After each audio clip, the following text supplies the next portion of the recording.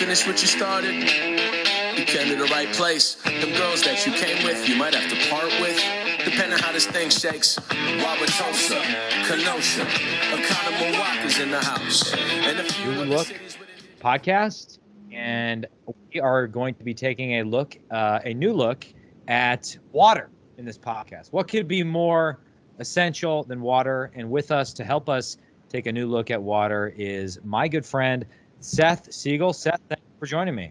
Thank you, Mike. Congressman, great to be on your show. Mike is fine. Okay, I knew that. I was half teasing you with that one.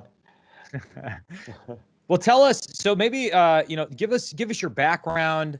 How did you come to be interested in water issues? Let's start with where are you from? Okay, I'm from a place that is amazingly aptly named, and that is Flushing, Queens, Flushing, New York. And by the way, in the hundreds of times I've talked about my books and about water, this is the very first time I've ever realized that connection. So how great is that? You gotta lead with that. That's a perfect. It is. I need joke. you. I need you to help me with this marketing stuff. Jeez, it's fantastic. So yeah. Where's Flushing, New York, and what's it like? Well, Queens, there are 3,000 some odd counties in America, 4,000 somewhere in that vicinity, I think. Queens County is the most diverse in the entire United States. More languages are spoken in Queens County. More people were born in other countries in Queens County than any other county in the United States.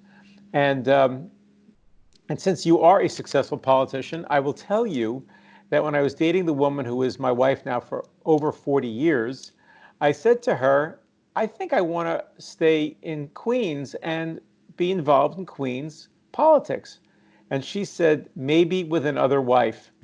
And so we got married, and then I moved into Manhattan, and we have lived in Manhattan ever since. But Queens is where most Americans, if they know anything about New York City, they know that either LaGuardia Airport or John F. Kennedy Airport, and Queens is the home to both of them. And I lived in the flight path. I grew up living in the flight path of LaGuardia Airport. And every year in the spring, when we'd open the windows, we would hear the planes because we were right in the flight path every minute and a half. Zoom, zoom, zoom. And then I went to public schools. I didn't know better. I was a big overcrowded school. There were 5,000 kids in my high school. We were on 3 shifts. And there was a small academic program there, and I was very lucky to be part of that. From there, I went to a good college, studied overseas for a while, then got a law degree and practiced law for about 6-7 years. And then one fine day, I came up with a marketing idea, a business idea. I quit my law firm just around the time they were going to make me a partner, which is probably for the best. And I started this company, which I ran with a partner for about 24 years. And one fine day, I left that and have spent. So I left it because Ford Motor Company bought that business from me, and I used the proceeds of that to fund what has been my goal for the rest of my life. I didn't get to be in Queens politics because of my wife, but my very good, kind wife, who is eager to do good in the world as I am. I told her after we sold the business, let me spend the rest of my life involved in caring for others and doing public service, not running for office, but doing public service. And that's how I backed into the world of water. I started working first, and this is where we first met. I started working in Middle East issues, looking at Israel's security. I was very keen on stopping Iran from its malign behavior and thought that I might add my voice to that. And getting involved in the Middle East, of course, you learn about the topography, geography, climate of the Middle East, and learned that it was the driest region of the world. And I thought maybe a better, more comprehensive look at water in the Middle East might help contribute to peace there. And that led to me writing my first book, Let There Be Water. That led to me thinking about not water scarcity. Oh, thank you. That led to me thinking about not water scarcity, but water quality. And that led to me writing Troubled Water, which is out a few months now and has become, oh boy, you come prepared. Oh my God. I got the whole set. You are amazing. Okay, so so I wrote that, and it's really been quite a journey. And the other part in addition to writing the books and writing articles and op-eds for big newspapers, I've given hundreds and hundreds of speeches. I've spoken in Congress, at the UN, at the World Bank, at the OECD, at about 50 universities. I'm now a senior policy fellow at the University of Wisconsin, even though I live in New York City. And I see that I see the shirt, man. I mean, I know how to pander. I didn't even know that we had this Wisconsin connection. Yeah. The School of Freshwater Science at the University of Wisconsin, Milwaukee. So wonderful program there, and I'm a senior policy fellow at that school, and so I have a chance to talk about water all day long to people, companies, utilities, media, congressmen, and get a chance to really talk about water and how we can stop taking it for granted and start treating it right. Okay, you skipped over a few steps though, and I want because my hope with this podcast is that it gets certain Wisconsin kids interested in policy problems. Where did you go to college, and what did you study in college? And did you have a clear sense when you went to college of what you wanted to do? Were you always in the mind of, I need to become a lawyer? No, I was always in the mind that I want to get involved in policy matters, though. So I have to tell you, and even though the first time I was on an airplane, I had already graduated college. So I grew up in a kind of a lower middle class background. I have a crazy story to tell you. Where did I go to college? How did I go to college? Why did I go to this college? My mother never went to college. My father went to City College. My sister went to Queens College, all public schools. And my expectation was that I would go to Queens College too. So as I was going to my senior year, my sister was ill and she was in the hospital, was visited by some friends of hers. She was older. And they told my mother that they went to Cornell University, which I had never heard of, and that they were in a special program there called ILR, which stood for Industrial and Labor Relations. My mom, by the time she got home from the hospital to our home for dinner, she said, I was talking to these two young fellows who visited your sister today, and they are at a program at Cornell University that you will love. I said, what's that? She says, International and Labor Relations. So I said, I don't know what labor relations are, but international relations sounds like it was made for me. I go to the college office of my high school, and I say to them, I want to apply to the ILR school at Cornell University, but only, of course, if I can get some money. And they say to me, we'll do our best. I was a pretty good student, so that we'll do our best to get you something. So one thing leads to another. I apply to the ILR school, thinking, I don't know what kind of a fog I was in when I got the application that I never noticed the word industrial was in there somewhere. I apply, I get in. Uh-oh, not international relations. So I went there. I did not plan on working in industrial relations. I did not plan on, I ended up going to law school later on. But I had always thought that I loved the world of policy, and I loved the intersection of working with people to achieve those ends, even though I understood that other people may have different ideas of how public assets should be allocated.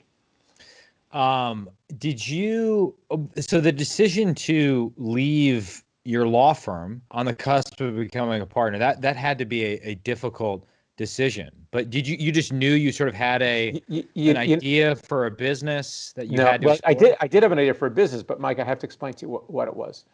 What it was this. I also went to Cornell Law School. So it was a good law school, and Cornell. Yeah, and Big Red. You were in Red also. So I was happy there. It was a lovely law firm, but what I realized about myself was that I very much like working in a cooperative environment where everybody wins together.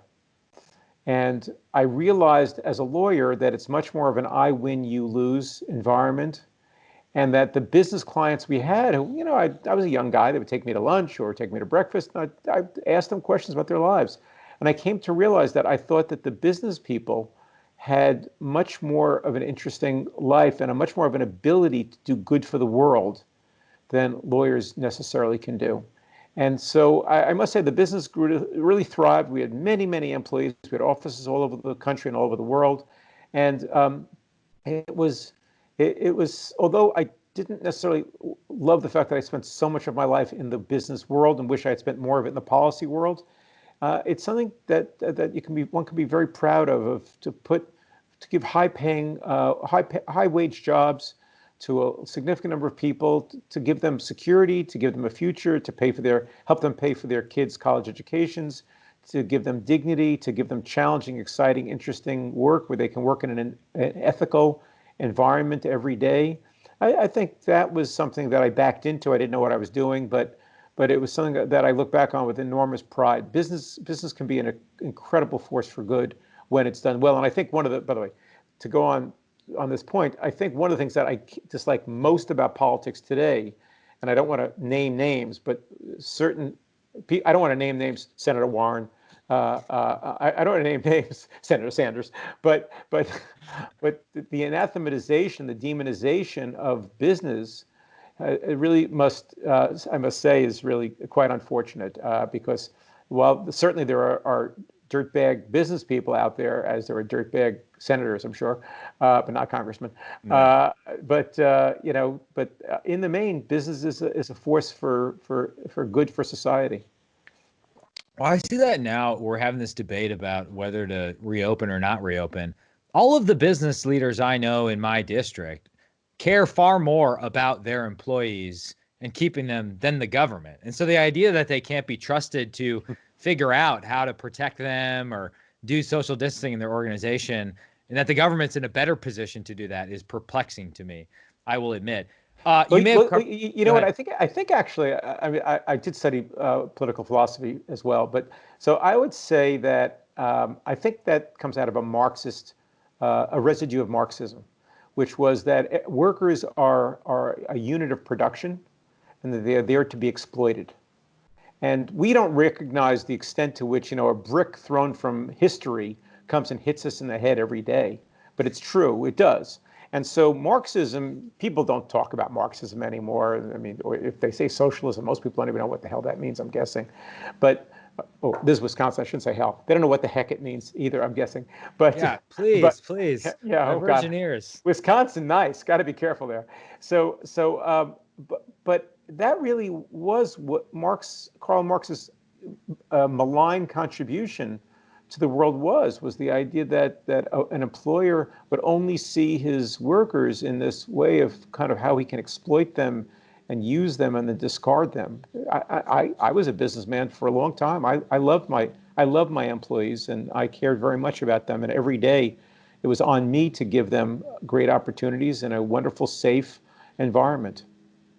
That is well said. Just quickly before we move on to the books, you may have covered this, but when did you meet your wife, and when did you guys get married? We met actually 3 separate times. We met at a sleepaway camp where I was a counselor and she was a waitress, but I was in love with a girl in her bunk and not her. Wow. The second time we met was when I was doing graduate studies in Israel. We met at the airport going there. I absolutely did not remember her from that sleepaway camp, but I saw her name tag on her shoulder, on her bag, and I befriended her. Nice guy I am. And then the third time we met was when I completely became smitten, fell in love, and that very same day called a friend and said, I have met the woman I'm going to marry. And within 10 days, I said to her, I think we can get married, don't you? So I met her. So the real starting date, I would say, would be January 1st, 1979. Yes, I'm old. And then I proposed to her on January 1st, 1980, and we married May 18th, 1980, which is why this past Monday was our 40th anniversary. Well, congratulations. That's incredible. Yeah. I want to plant a flag there and come back to that at the end of the podcast, which is when we give life advice to the youngsters out there. But that is a beautiful story. Okay, so I want to quickly talk a little bit about your first book. Okay. Would it be fair to say that when you studied abroad in Israel, did you have an awareness of Israel's water issues back then? Obviously, this book didn't come about till much later in your career. But what would you say was the first moment where you thought, hey, there's something going on here at the intersection of Israel and water that I need to learn more about? Yeah, wow. Well, you are a great intuitive interviewer. So the answer is yes. While I was a grad student, I was studying international relations, but I did take an elective course on water of the Middle East. it was not a very well taught course, and the readings were extremely dull. So I wasn't inspired to move forward after that. There were other things about the program that I loved, but not that. And so I can't say that I really thought about it a lot. But I will say that when I was dating my wife and we got married, my wife reminded me more recently, in recent years, that I used to talk all the time about water infrastructure and how complex it was. And I'm not an engineer. I'm a liberal arts guy, so it makes it all the more interesting that I don't remember it, but it makes it all the more interesting. So I was intrigued, though, about how Israel was such a dry place and how they were able to be self-sufficient in agriculture and how nobody lacked for water. I did find that incredible and intriguing, but I didn't put more energy or effort into thinking about it until years and years later, when suddenly the light bulb went off and I decided to start researching what became this book. Did you, okay, so the book comes out in 2015, is that right? Yeah, It was yes. your first book. Yeah, Let There Be Water, it was called. Let There Be Water. Yeah. But that had to be an intimidating process for a first-time author. How long did it all take from research to completion, and what did you learn along the way just about the process of writing a book? Yeah, it's hard to write a book, by the way. I've written, I don't know if it's hundreds, but certainly many, many, many dozens of op-eds and articles and things of that sort. And so I figured, how hard could it be? You write an op-ed of 800 words, so you sit down and write 800, you sit down and write a couple hundred op-eds, you have a book, something like that. But it doesn't really work that way. You have to have an overarching plan for your book. And here are a couple of things I can say. If there are particularly younger people who are thinking of writing books, who are watching this or listening to this, I'd like to say. And that is that I approach book writing in the following mindset, which is that nobody is obliged to read my books. They aren't, sometimes they're a part of curriculum, but mostly not. Nobody is obliged to read my books. And therefore, it is on me as the writer to keep them engaged sentence by sentence. Because if at any point I make it boring for them, they are right to put the book down and walk away. And so in that way, I am constantly thinking about the storytelling medium of how do I share complex information, a lot of data. I have about 650 footnotes in the book, so there's a lot of information. I have a bibliography that was, I think, 10 pages long, very small print. There's a lot of material there. But first and foremost, everything had to be in the service of the story, of the flow. So that's the first piece of it. And I didn't really know that that I would be able to do that when I sat down to write the book. But I realized that if I couldn't do that, I would have to stop. The second part of it is that I wanted to tell something that was not known to other people that might surprise people. And that's why the story about Israel being the solution to the world's water problems, a very dry country, a country that gets very little rainfall, a country that has only one natural source of fresh water, the Sea of Galilee, where Jesus famously walked, that it struck me that was a story that needed to be told and remarkably had never been told in English or in any other language, including Hebrew. And so sitting down, I wanted to do it. Now, how to do it? It's really, if you've ever seen a loom and how a tapestry is woven, it's very much that. I interviewed 220 people. I did a total of 585 interviews. I filled over 25 notebooks with notes. I filled over almost 2,000 pages of transcripts, plus hundreds of articles, reports, PhD theses of others, and so forth. And so what I sat down with is each day, I would say, how can I move the story forward? And what can I tell that will intrigue the reader in service of the story? And the story is, we have a very dry world that's probably getting drier. We're going to be pinched for water because we're already about 7.5 billion people, going to maybe 10 billion or more. We're going to have to grow a lot more food. People don't realize, maybe in Wisconsin you realize, but most of the time you don't realize that food production is overwhelmingly the largest need for water. It's about 70 to 90% of our global fresh water supply goes to producing food, country by country. And so as people become more affluent, their diet changes and they have much more animal protein, and that is extremely more water consumptive. So putting all those pieces together The question is, what is it that we need to do? What is it public officials need to do? What is it world leaders need to do to get ourselves ready for an ever drier world, but a world in which we're going to need more water than we have now? And so that was the focus of the book. And so I broke it into sort of history and society, and what is the culture of the country? Why was Israel uniquely able to do this? Second of all, the technologies that Israel invented and how and why it worked so well. And third, I ended the book on a very optimistic note, because if people know anything about Israel, they know, oh, it's a conflict zone, terror, or they have enemies. And I ended the book with the final third of the book, what I called hydro diplomacy. And that's about how Israel has used water as an asset to engage. We've all heard the expression that the wars of the 21st century will be fought over water, and maybe that's true, I don't know. But Israel has shown how water can be used to engage, for cooperation, for coexistence, and frequently for peace. So I wanted to tell that story also as an inspiration for others around the world. What is the state of our collaboration or willingness to learn from Israel when it comes to water technology? And also, where are some interesting areas where Israel is, where are there interesting countries where Israel is really using that water diplomacy? Okay, yeah. Oh, wow. So first of all, yes, about America. I mean, Scott Walker, governor of Wisconsin, again, not pandering because it's Wisconsin.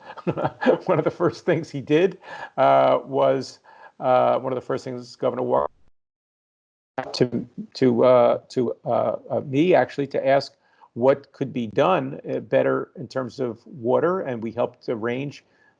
You did it a trip. No, this was later. This was not when I was running for president. It was later.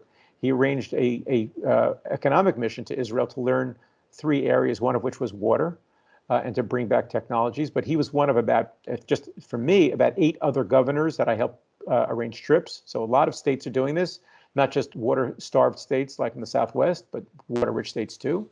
And around the world, oh my goodness, Israel has brilliantly utilized water as a tool of engagement. And of the last, I don't know, 8, 9 countries that have established diplomatic relations with Israel, every one of them have mentioned in the statement of why they're doing it. They've mentioned access to water technology, water sharing, water learning.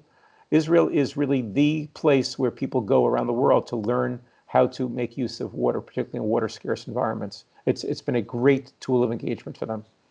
So, okay, so that your first book, Let There Be Water, about Israel and, its advances in water technology. Actually, let me make 2 more points before you. Sure. It sounds like you're about Please. to jump away from it.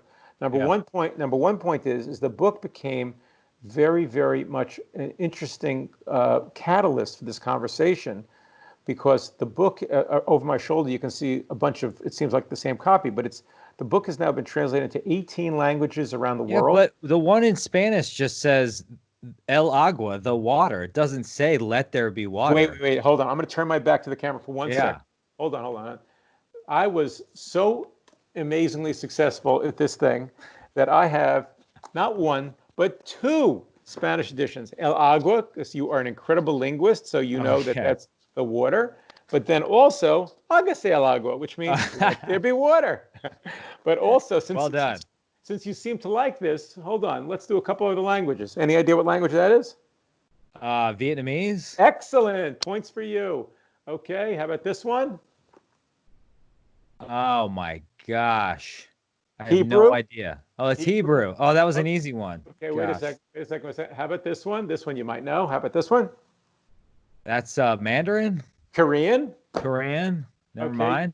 But if you want Mandarin, I can give you that too, but I'll give you a few others that are more fun. And then here we go. How about this? I'll show you 2 that you won't be able to guess. Okay, here's the first one. This is a language spoken by 64 million people around the world. Oh my gosh.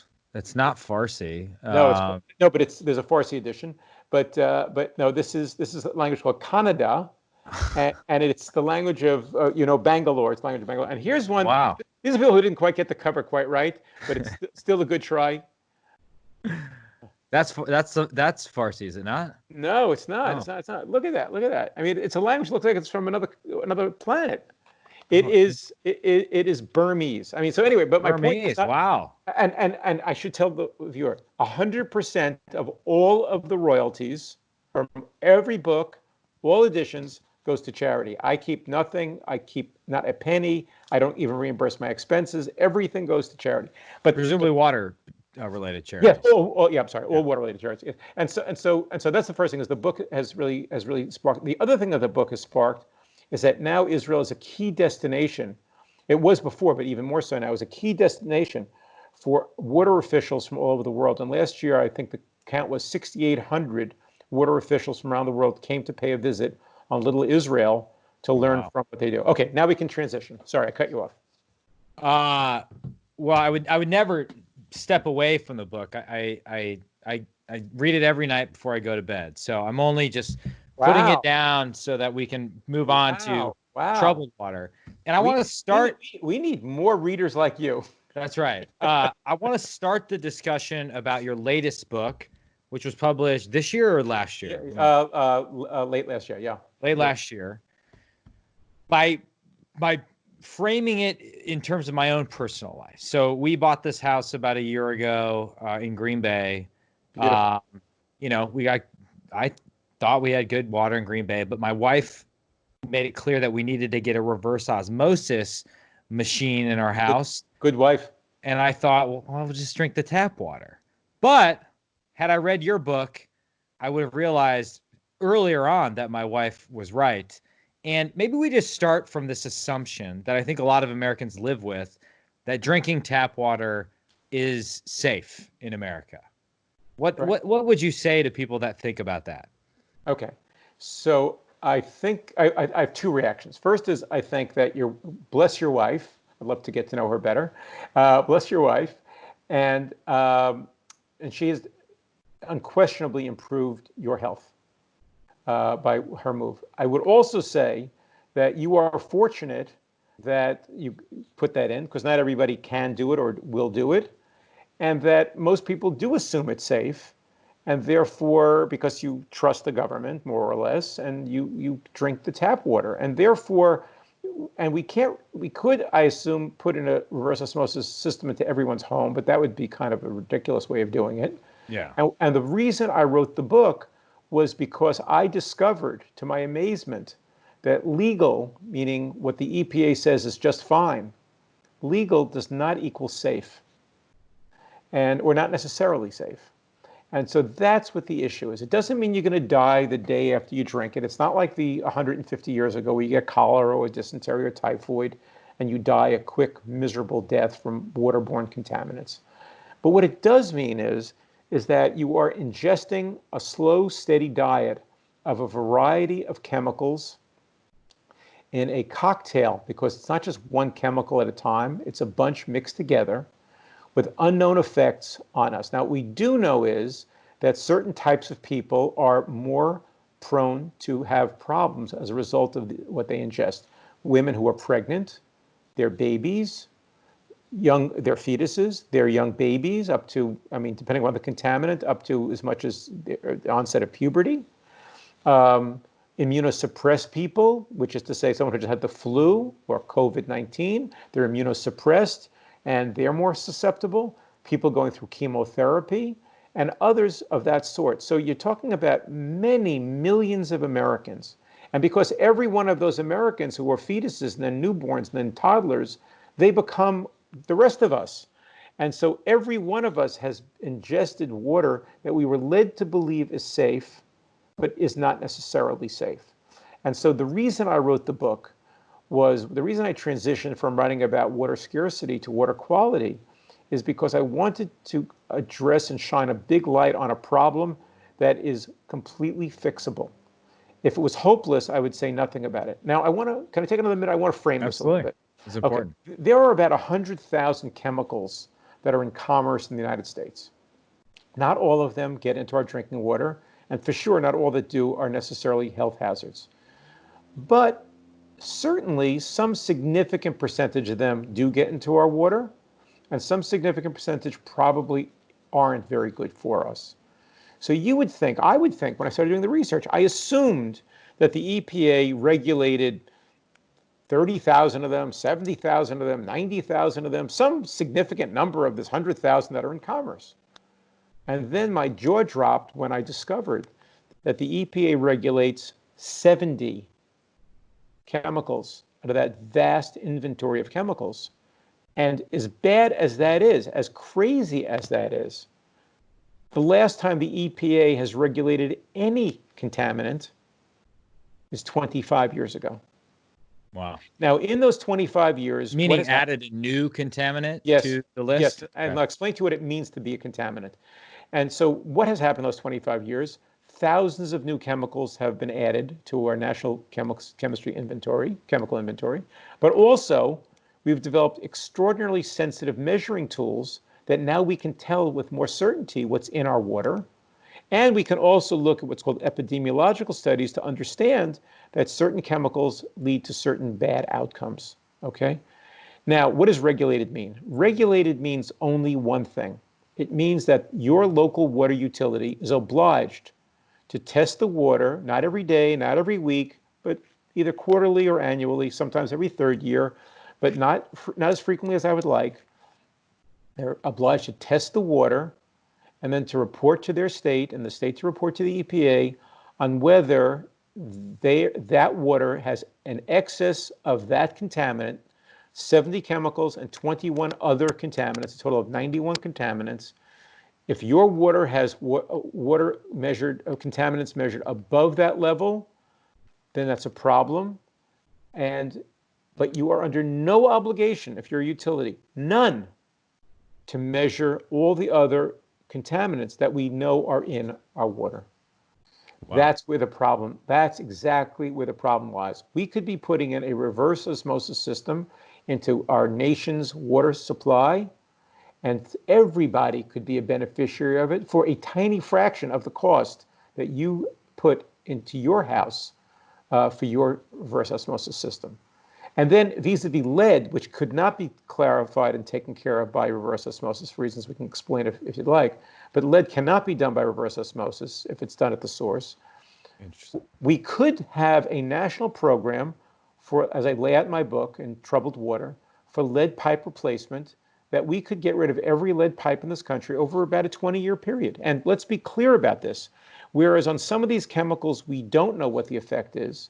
With lead, which is a regulated contaminant, with lead, we know for sure that if you ingest lead before your 5th birthday, and certainly if you ingest it when you're a fetus, you are more prone to having a lowered IQ, more prone to having antisocial behavior, more prone to dropping out of high school before completing it, and more prone to being arrested and spending time in jail before your 18th birthday. Wow. So we are condemning all kinds of people, not just in Flint, but all over America. There are between 7.5 and 10.5 million lead pipes that are out there in the U.S. New York State did a survey of its schools. 82% of New York State schools that were built in an era when lead pipes were used, and 82% of New York State schools have some lead pipes. And I would bet in Wisconsin, it's a pretty high number too. We can get rid of all of those lead pipes and improve our national health profile.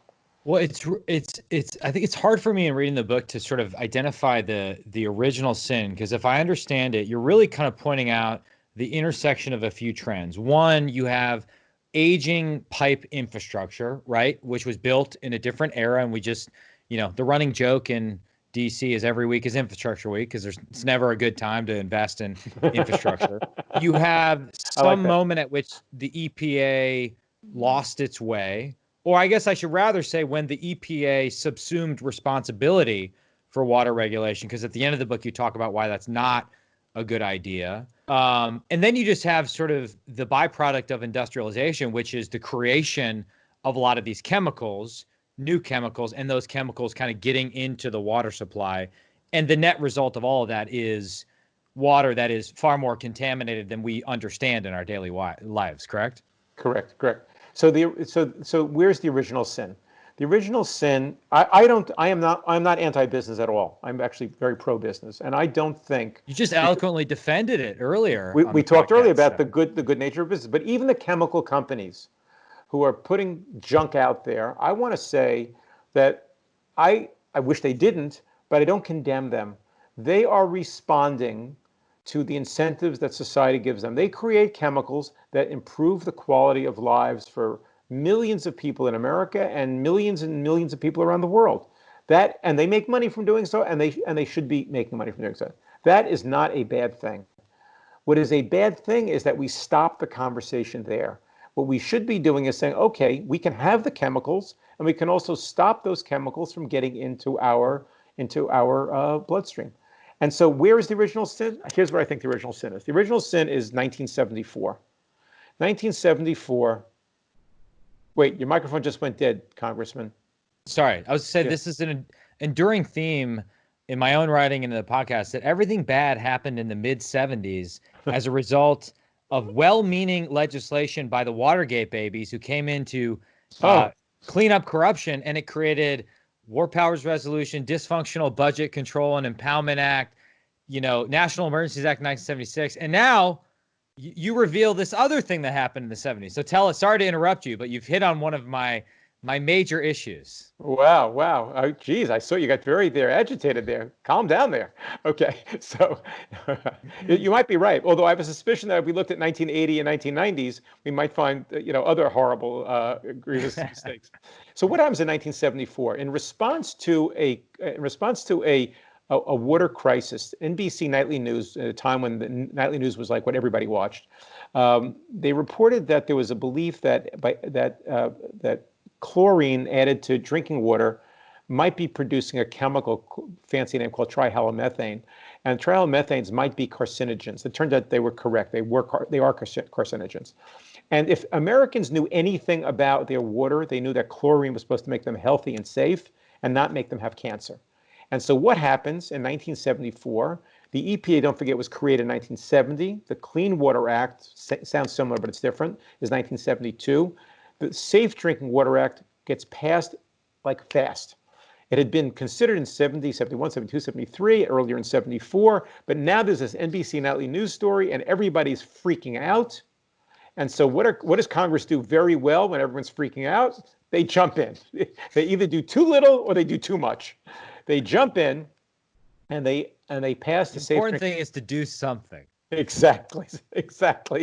So, and to get one of those pens at the signing ceremony. Yeah, that's right. So, and I see you have a pen on your ear. It might be one of those pens.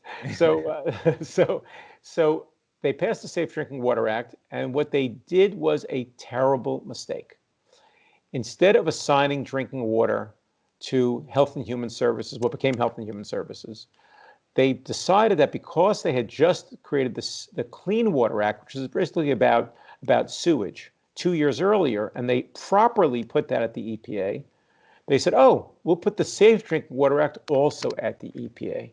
Big mistake. And why does that become a mistake? Because every one of our too many national drinking water utilities, local drinking water utilities, what do? Their attitude is, we're not part of the public health infrastructure of our community. We're not trying to poison anybody, but we're going to follow whatever the EPA says. We're going to do what we're told to do by the EPA. And if the EPA doesn't want us to purify more water, we won't. And by the way, simultaneously, in a closed loop kind of basis, those same utility heads are talking to their mayors, and their mayors are talking to their congressmen, and they're saying, don't hit us with more regulations. Don't hit us with more unfunded mandates. We don't want more regulation of water.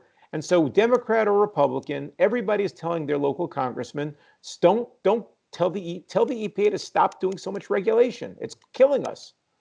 And so everything freezes. Now, come 1986, exactly what you said. Those Watergate babies come to office. They juice up the Safe Drinking Water Act, come with a bunch of amendments. They make it much more activist EPA. And that's when the governors and mayors, both parties, bipartisan, joined together to try to squeeze the EPA to stop them. And by 1996, they passed a new set of amendments to the Safe Drinking Water Act. And ever since then, nothing has moved forward. Wow. Yeah. That was the last major piece of legislation. Yeah, I mean, there's been fixes here and there, but that's the last major piece, right? So I understand the idea of why HHS would be better suited at the inception of this to regulating water in America. But, you would think that EPA would have evolved since then and figured out a way to do this effectively and productively without destroying the bottom line of water utilities. Is there something just in the water, pun intended, at EPA that precludes them from evolving in that way, or are they merely responding to legislative and political pressures? Look, I interviewed many people from the EPA for troubled water, several retired EPA people and several current ones who refused to allow me to use their name for the book. These are smart, hardworking people who are eager to have great outcomes for the American public. But I think you put your finger on it with the or is it this? And the or is it this is exactly what I think you asked, is that there's political pressure. And in Washington, D.C., the easiest thing to do is just to hunker down.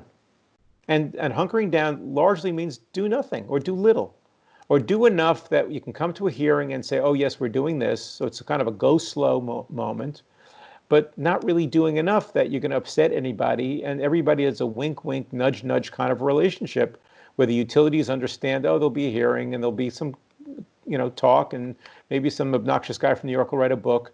And but not much is going to happen, and it's been everybody sort of scratching each other's backs. You have wildly too many utilities. We can talk about that later. But you have too many utilities, and those utilities have a lot of political clout. And until people start calling out and saying this is an issue I care about, we're really not going to see a change. It's always difficult for agencies or the Pentagon or a branch of the military service to say, you know what, Congress, we actually want to give up this jurisdiction and correspondingly give up the share of the budget that we get as a result of having this mission. Yeah. And I imagine EPA is not eager to give up. Part of what intrigues me, though, about it being nested under HHS is it might allow people to understand how intimately tied water is to your health, right? Which seems the most obvious thing. Right. But, I mean, after reading your book, I can make an argument that what we drink every day is in some ways more important to our health than the type of insurance that we happen to have at any given moment. And getting people to, another bad pun, sort of get upstream of problems that wash up in the hospital is critically important. Well, you put your finger on something so urgently important, and it's very well stated. And that is that if you think about it, just in the raw cost of adding some reverse osmosis to your local water utility, then yeah, it's an expense. And that expense will get passed on to you, or it'll divert from other municipal spending, of course. If, however, you factor in lost days of work, early deaths, lowered IQs, and other phenomena like that, if you factor in those elements, then the cost differential becomes so large that it becomes irresistible. So it's just a question of what are your priorities? How are you going to pay for it is less of a problem than what are you going to prioritize. And you and I may have had this conversation before, but politics basically is about the prioritization of the public good. How do you allocate the public purse for the greatest good for the largest number of people possible? Can you talk a little bit about, we have a particular issue in Northeast Wisconsin with PFOA and PFOS, and you talk about that in your book. You sort of tell the story about the development of PFOA and 3M and how this came about. Can you just kind of, for the tens of listeners we have that haven't yet read the book, because they will. That many? It's huge. It's taking off. It's viral at this point. Mike, when you become the president of the United States, and I am going to predict right here today that you will someday be the president of the United States. When you become the president of the United States, people are going to go back into your massive archive, and they're going to listen to and watch this conversation.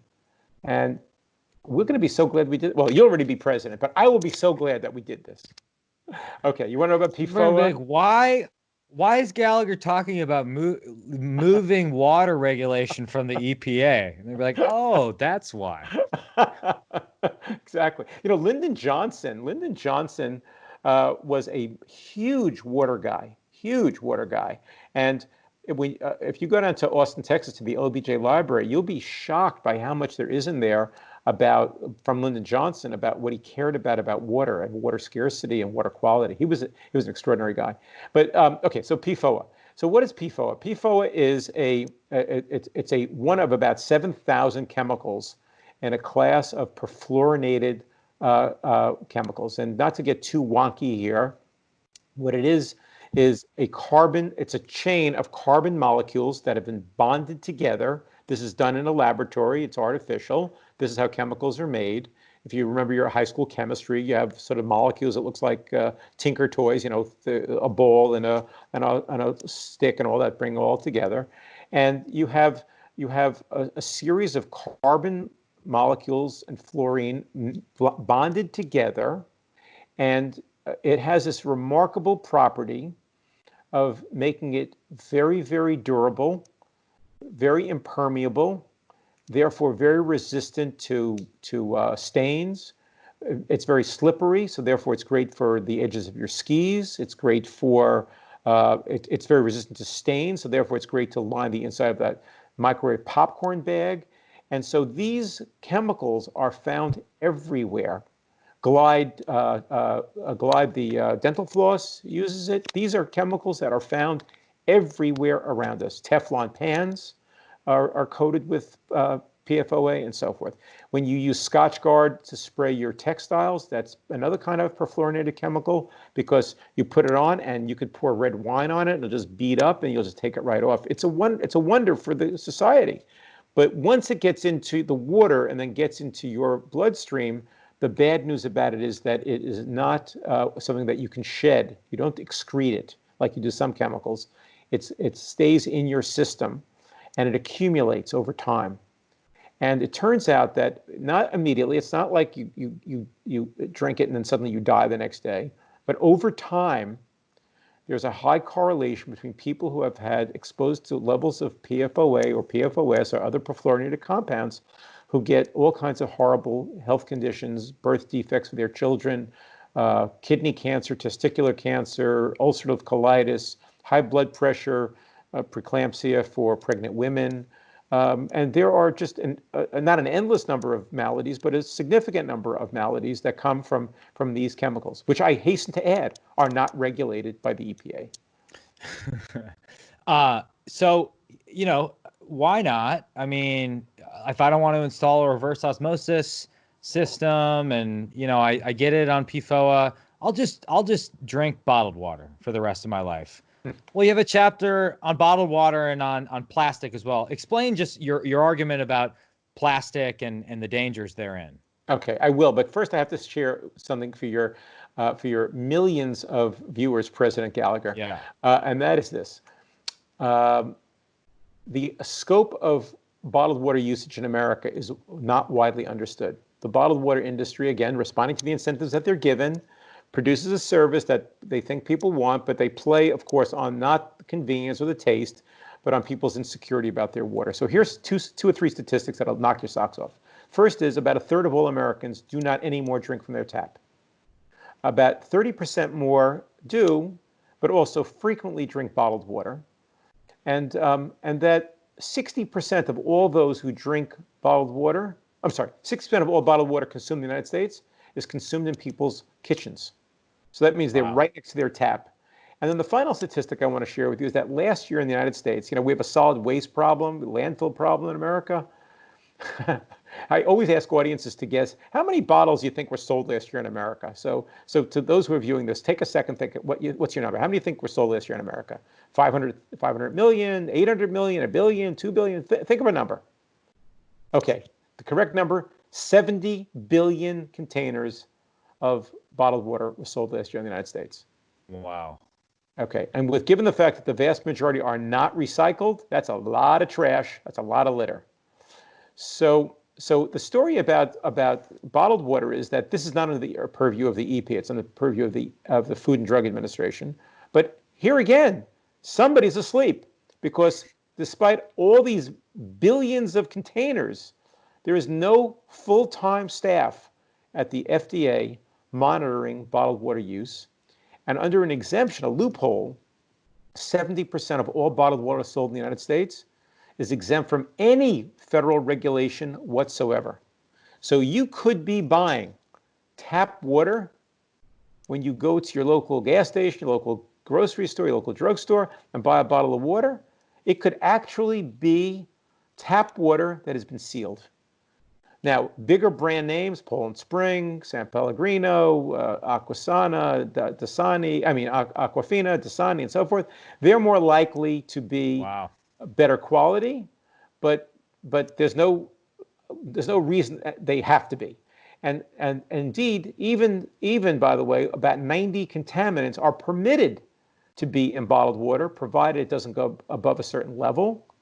And even then, it's an honor system that the federal government uses, that industry monitors itself and self-reports. And the final piece that you're referring to is, it turns out that plastic itself, when it comes in contact with water, particularly in a warm environment where the warehouse could be, where your car could be on a summer day, plastic leaches a variety of chemicals, one of which in particular could be hazardous for pregnant women, for fetuses, and for young children.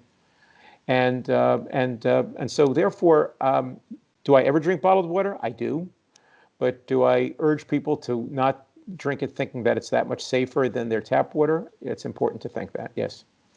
So because we only have 10 minutes left, I want to get into what we could do about this. So assume I, read your book and I'm convinced this is the road to Damascus moment. The light is shining. I'm like, wow, this is a problem. We have to do something about it. Maybe let's do it in the reverse order. You do it at the end of the book and talk about individual resilience measures first, and then we'll end on national level policy, if that's okay. So if you're just an average, Northeast Wisconsinite, you don't pay attention to what's happening in DC, what are some, but you want to do something about this. What are some things you can just do as an individual citizen to improve the quality of water you drink? Okay, so the first thing you can do is every utility is obliged to send you an unreadable document called Consumer Confidence Report. They have to send it to you once a year. Call your utility and ask them first of all, ask them to send it to you so you have it in hand. If you don't understand every single word of it, and if you do, by the way, I want to work for you, but you won't understand every word of it because it's made to be incomprehensible. So it's written in Burmese, actually, along with your book. Yeah. It could be. Yeah. It's the Consumer Confidence Report, which gives no confidence to any consumer. So if you're confused by the report, call the utility and demand that they walk you through it and tell you which of those 91 contaminants that they are obliged to test for you have. Okay, so that's the starting point. Just know what you got going for you. And also, there's a group called the Environmental Working Group that has a zip code directory. You go to their website, ewg.org, and you can punch in your zip code, and you can find out which contaminants have been found in your neighborhood. Okay, that's the first thing. The second thing is, if you are able to do so, you should filter all of your water. And again, chops to your wife, because of applause to her for the idea that she urged you to get reverse osmosis. That is the best you can do. And once you get it, have it professionally installed, and every about 6 months, have a licensed plumber or a knowledgeable installer come to your home and replace the filter. Now, if you're not able to do that, it is a good idea to take other measures, and there are a variety of less expensive devices that you can buy, from the tabletop filters to the type that you screw onto your faucet to the under the sink kind that you can get. Every one of those are types of filters that can make your water safer, healthier, better. And if you're nervous about PFOA or any of the PFAS, perfluorinated compounds that we talked about earlier, which your utility is not going to be testing for. If you are nervous about that, and you can afford to do so, go online. I don't want to recommend one over another. Go online, go to any one of the legitimate services that you find, and have your water tested for a variety of contaminants that aren't among those that the EPA does. And if you're a farmer and you are in a farm district, and we didn't talk about the dairy industry of Wisconsin, which we should talk about because it's a very serious issue about drinking water issues there as well. But if you live on a farm or you're in a farming area, think about having your water, if you can afford it, think about having your water tested for a whole variety of contaminants, because here's another sin. I know you know about this because I know you introduced important legislation about this, and that is that if you have a private water well in this country, the EPA says you're on your own. You do not have any support from the EPA. They don't test your water.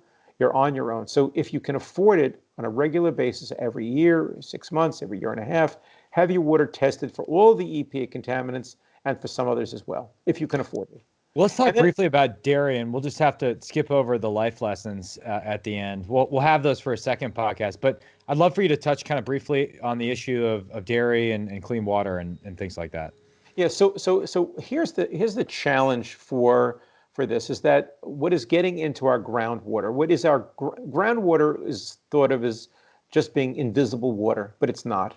Groundwater is the water that we ultimately drink, even if quite a bit later, or it's water that ultimately gets into our surface water. And so therefore, groundwater is different from surface water, which is lakes and rivers and streams. Groundwater is the water that rainfall or snow melts, gets into the granules of sand, and then great pockets of water are held between these grains of sand, and then there are these high-powered pumps that suck the water out, and that becomes a source of water. But just as with our tap water, just as with our surface water, the EPA does not require any special filtration of that. So what is happening is on farms, great amounts of nitrates, hormones that are hormones that are not a regulated contaminant, hormones that are fed to dairy cows are excreted, and other hormones are excreted into by urine into the fields. The fields then the urine and the plop percolates into the water supply, and the contaminants, some break down over time, but many of them do not. And that then gets pumped out elsewhere as a source of water, or it migrates and comes out as a form of surface water, and it becomes water as well. So we need to be thinking about the contaminants that are getting into our groundwater, and this is an issue that again is of a concern and should be a concern to Wisconsinites in particular, but Americans generally. So we have about 3 minutes left. And we talked a little bit in terms of national legislation about some structural bureaucratic changes you can make, removing that water mission from EPA, putting it in HHS. What are the other kind of, if you were king for a day, when you're president, what would be the top 3 things on your agenda in terms of improving American water quality? Okay, first thing I would do is I would make it that water fees have to go for water. And you would think, well, of course, where else is it going? If you were a private business and you charge consumers for X and you ended up spending it for Y, you would probably be indicted for fraud. But many, many, many, many communities across this country use their water and sewage fees as a way of filling out their budgets. Just down south of you a little bit in Chicago, Mayor Rahm Emanuel, when he was mayor, arranged for much higher water fees, supposedly to pay for what was built, a very important change in infrastructure. And lo and behold, a very significant amount of that money went to cover the costs of municipal employee pensions. So do not allow your locality, your mayor, your city council to take your water fees and pay and use it for anything other than water. You're paying for it, get it done, but pay the right amount to get the best quality water possible. The second thing I would do is I'd embark on a national program of infrastructure rebuild. Just as generations before us built out our water systems so that we could have something great today or at one point, we owe it to ourselves and to generations after us to do the same. And we keep delaying and stalling. What was that great joke you made? Is that every week is infrastructure week in Washington because we never do anything about the infrastructure? Yeah, well, that's the case. I mean, we're not doing enough to build out and change our infrastructure with a particular focus on lead pipe removal and fixing our infrastructure. And if there's a third thing, and this sounds petty, and so I'm sorry to end on something so silly as this, but I think that also what would be good is if we could start talking more about water. If I could arrange that every utility is obliged to spend a half of 1%, a quarter of 1% of their annual budget on communications with local media, on opening their operations to local tours, to allowing to making sure every 6th grade class comes to see and learn about what's going on.